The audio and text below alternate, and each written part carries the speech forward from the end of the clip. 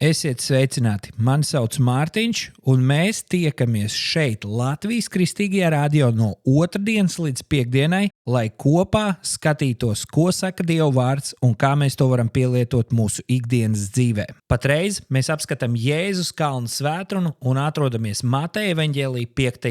nodaļā. Un tagad 13. pāns, kur Jēzus saka šos vārdus: Jūs esat zemes sāls, bet ja sāls nederīga, ar ko tad sālīs? Tā nedara vairs nekam, kā vien ārā izmetama un ļaudīm saminama. Lai saprastu šos vārdus, mums ir jāpaskatās uz to, ko sāls nozīmē cilvēkiem, kuriem Jēzus šo stāstīja. Pirmais sāls bija konservants, kas atturēja pārtiku no bojāšanās. Otra funkcija bija garšas devējs, jo sāls padara ēdienu baudāmu. Tāpat sāls arī bija norēķinu līdzeklis un maiņas produkts. Un vecajā derībā sāli arī pievienoja upuriem, kurus upurēja Dievam. Un šeit Jēzus saka, jūs esat zemes sāls. Viņš nesaka, mēģiniet kļūt un būtu labi, ja jūs būtu, bet nē, jūs esat zemes sāls, tas ir fakts un tā ir jūsu identitāte, kas nāk ar to brīdi, kad jūs esat jaunpiedzimuši Dieva valstībā.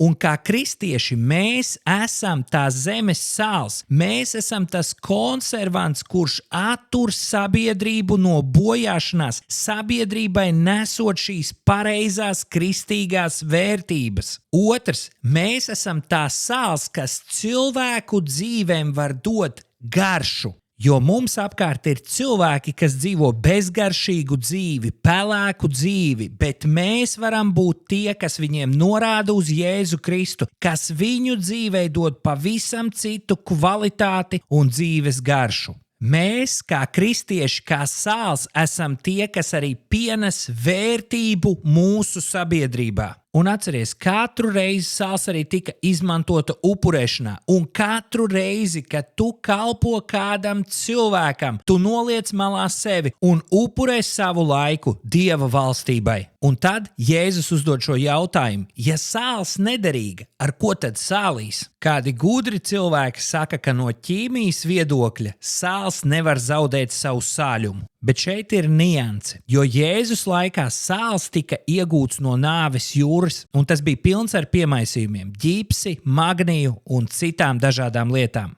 Un ja šādu sāli turēja mitrumā, īstais sāls izskalojās un palika tikai balts, bezgaršīgs pulveris. Tas joprojām izskatījās pēc sāls, bet tā funkcijas bija zudušas. Un tas ir brīdinājums mums. Mums ir nemitīgi jāskatās, lai pasaule to, ko Jēzus ir ielicis mūsos, neizskalo ārā no mums, ka mums nepaliek tikai tukša forma, bet nav paša galvenā šī sāls mūsos, kas ietekmē to sabiedrību, kas mums ir apkārt. Un tad Jēzus saka, sāls, kas ir nederīga, viņi ir ārā izmetama un ļaudīm saminama. Interesants ir fakts, ka vēsturnieki saka, ka šādu nederīgu sāli mēdza izkaisīt uz tempļa pagalmiem vai ceļiem lietus laikā, lai cilvēkiem neslīdētu kājas. Ja mēs kā kristieši neizstarojam Kristus raksturu un esam aizmirsuši to, ka mēs esam zemes sāls un ka mums ir jāietekmē pasaule, nevis pasaulē ir jāietekmē mūsu, mēs zaudējam savu pastāvēšanas jēgu, un pasaule nicina bezzobainu vai liekulīgu ticību, nevis ciena par to vērtību, kuru kristieši pienes. Šis teksts nav tikai iedrošinājums, tas ir nopietns brīdinājums. Mācekļiem nav jābūt populāriem, bet viņiem ir jābūt atšķirīgiem. Ja mēs saplūstam kopā ar pasauli un neesam vairāk atpazīstami dēļ Kristus rakstura, mēs zaudējam savu ietekmi. Es tev šodien gribu uzdot vienu jautājumu. Ja tu šodien izietu no tā burbuļa, kurā tu esi, tas ir darbs, vai tas ir draugu loks, vai tur kaut kas izmainītos, vai tā vieta kļūtu morāli trauslāka, vai arī nekas būtiski nemainītos. Iespējams, šis jautājums tev palīdzēs atbildēt uz to, vai tu esi sāls. Un sāls bieži vien nav pamanāma, bet, kad tā ir klāt, tās klātbūtne ir jūtama uzreiz.